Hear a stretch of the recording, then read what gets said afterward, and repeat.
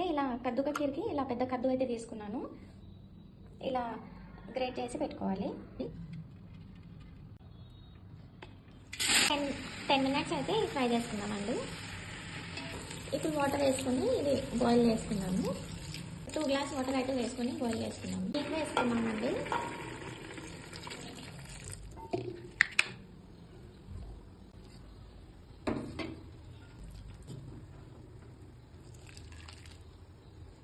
ఈ వేడి మిల్క్ అయితే యాడ్ చేసి పెట్టుకున్నామండి వాళ్ళకి.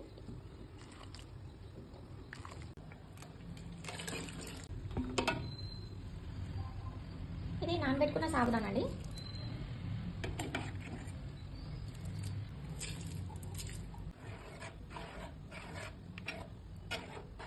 షుగర్ వేసుకున్నామండి.